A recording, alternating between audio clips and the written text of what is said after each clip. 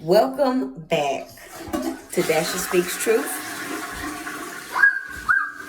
Alright, so I'm really not supposed to be at work right now. I'm really on a break, but I want to go ahead and get it out while it's in my spirit and while I'm really like processing right now. So I have relocated, okay? Because of the wrongful eviction, retaliatory, discriminatory, organized eviction from Hollyridge in Lumberton, North Carolina.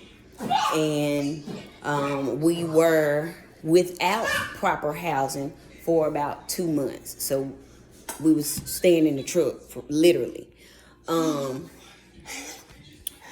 And for the first month, we was in hotels. But then that last like month and a half, Zeus, stop, I'm trying to record. We was in a truck. I'll come give y'all some more details about that later on. Right now, I just want to get out what I need to get out. All right. So, got in a new county. Before we got to this county,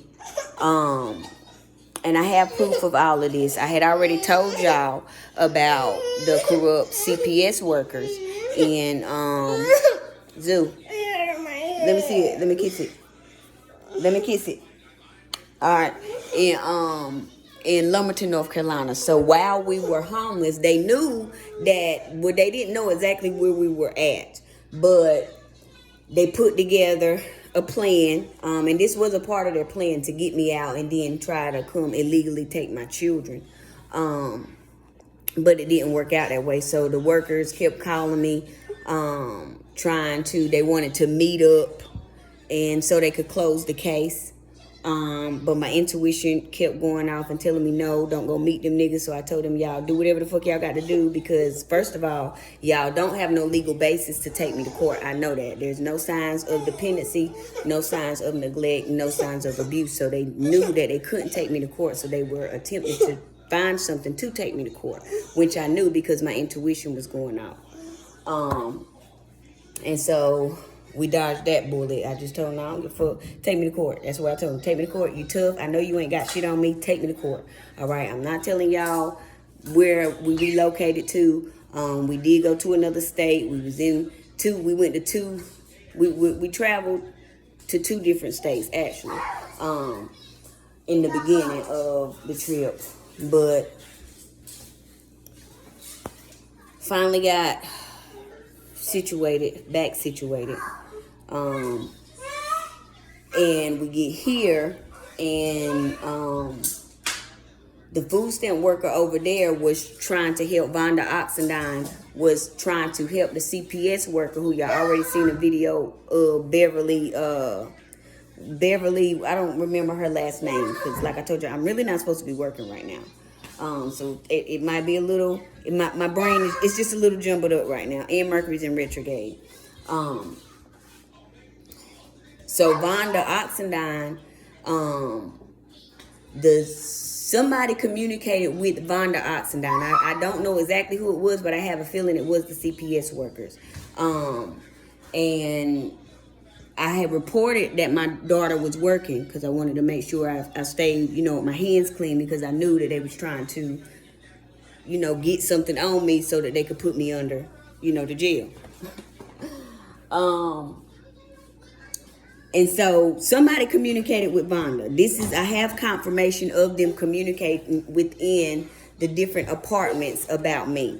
Okay. And so when I reported the change of her working, you do not have to have a physical address to receive food stamps, but they put together a plan, and I updated my address at that time, and I just told her I'm using my mailing address until, me and my kids get situated or whatever. And she kept pressuring me, Vonda Oxendine over there. I can't remember Beverly's last name. It was Beverly and her supervisor, and I can't remember her last name either. Hold on, let me look real quick, because y'all know I like to give names and shit. So when y'all go snooping, and y'all should already have their lines tapped, but if y'all don't, y'all know exactly, who to talk to, but it being that I had already been talking about what was going on. Beverly Lloyd,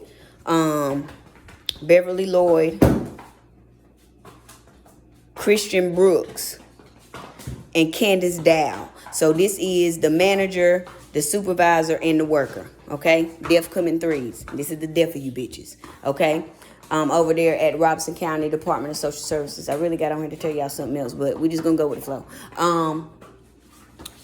And I know that there was some chit chat going on after the illegal eviction after I was gone. Okay, and after the police, because they had a couple different things planned for me. Okay, they was gonna not send me the paperwork or send it through the mail instead of posting it on my door on what day, because after the North Carolina Court of Appeals, the Supreme Court dismissed everything that I sent up to them to review from the North Carolina Court of Appeals. And mind you, I have a ton of evidence proving what was going on and what was happening. Everybody just looked the other way because they was organizing a crime against me. But it's all in their systems. I still have copies of everything, and I'm going to sue the fuck out of y'all. Okay, I know that y'all know that by now. But anyway, they had a couple of things planned for me. So they had already set up the Santana Locklear, where she took out the fraudulent papers. They thought they were gonna keep me hemmed up in court. That with that bullshit. Okay. Got done with that, and it was eventually dismissed after that was dismissed at my next court date after I posted about Daniel Locklear on that video where I'm talking shit. It's on my Facebook page. If y'all want to go see it's at like 63K views right now. Okay, so after we got a whole lot more attention on it, they got scared, and so they started moving some stuff around. When I went back to court, there was a whole new judge in there I had never seen. I can't even remember her name, but she did what she was supposed to do. And the DA, I can't remember his name, but I do have it on record when I was in there. He was trying to continue the case, although the girl still ain't come to court. This is the fourth setting. So she was like, motion denied, motion to continue denied, and she dismissed it or whatever. I got all that on record. So that was done. That was one of the plans they had. The other plan was they was going to send me, because I still have everything. They sent me because I was asking the lawyer and management, what's that bitch name? I see it, but I can't call it right now. God damn, what's that bitch name? Michelle Murphy. I was asking them, when am I supposed to be out? But nobody didn't want to give me no clarification. So I was like, let me go on and get the fuck on, because I seen the play. Like, the police, they can forcefully remove you. And so I knew that they was going to try to get me in a compromising situation so that they could attack me and say that I was the reason, paint the picture, that the narrative that they was trying to paint. And so I was like, nah, I went ahead and left that day. That night we left, actually. So I had to pack up real quickly. It was very stressful, very mentally and emotionally draining. It was really a struggle, for real, because I didn't have a whole lot of money. I didn't know where the fuck we was going. I just knew that my spirit said go now, and so I had to go. And then when I realized later why, and what the plan was, what God was protecting me from, I was just like, gratitude, you know what I'm saying? When the paper came through the mail days after I was supposed to be out. So I was going to get the mail late, and I was supposed to be there when they came to forcefully remove me. That was the second play. The third plan that they had was, once we get her out, then we get the kids. Okay? Then we got a reason to get the kids, because they didn't have nothing on me. But even still, even if we is moving around, you know what I'm saying, I can choose to live in my truck if that's what I want to do. The kids are fed, you know what I'm saying, no signs of abuse, neglect, or dependency, because they still taken care of. We just sleeping in the truck. You feel me? But that's what they play was, and that's how they was gonna try to do it, but it didn't work that way. But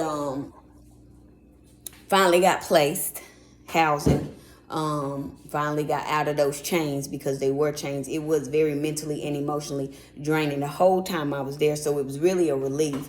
It was bittersweet because I was ready to go, but I didn't want to be homeless. And I kept telling God, like, I'm ready to go, but I don't want to be homeless. And God was like, you're going to have to, chest out, chin up, because you got to go. I know you know that you got to go. I know you know that they plotting on you, but you know what I'm saying? So I just went ahead and prepared myself mentally and emotionally, like, we're going to get through it. You know what I'm saying? Because that was like my third, fourth time being homeless. And my second time being wrongfully, retaliatory, and discriminatorily evicted. Third time, actually. Fourth time, actually, because it was that one, and yeah, actually fourth time. And I it's my belief that all of them were organized crimes. But went through the motions. We was in the hotel for like a month and a half. Then we was in the truck, sleeping at at the rest areas, sleeping at parks during the day, chilling at the park during the day. The rest area was the spot for a while. We did get a chance to get a week stay in the hotel. And that was around the time when they gave me the fake job at Millennium Print Group. What's that bitch name? Chanel Cunning, Rob, the manager, the night shift manager. I don't know what his name was over there at the new location that they have. I can't even remember the address. And Rebecca Morris. Okay, so that was when they gave me the fake job, and I was like, all right, so I'll just go to work, to pay for the room and save up what we can so that we can, get in a place to stay. I had my plan and everything. Then when I went to the job, then I made arrangements and shit. They were talking about my clock-in pen wasn't working, and then y'all, I don't think I let y'all hear that. I don't know if I let y'all hear that video yet. If I put that conversation of me calling her, asking her, when is it going to be ready? When will I be able to clock in? They just sent me home, but when you can't clock in normally, they'll let you work and they'll fix your time manually. So them not doing that, and then when I was asking for solutions, Rob didn't message me back. I reported them to HR. I can't remember that girl's name over there, but I got evidence of everything. She was in on it. And I realized that it was an organized crime, and that I was being used by God again to wrap up some more people in this RICO and get some more commas and zeros with these lawsuits. And so I was like, fuck it, you know what I'm saying?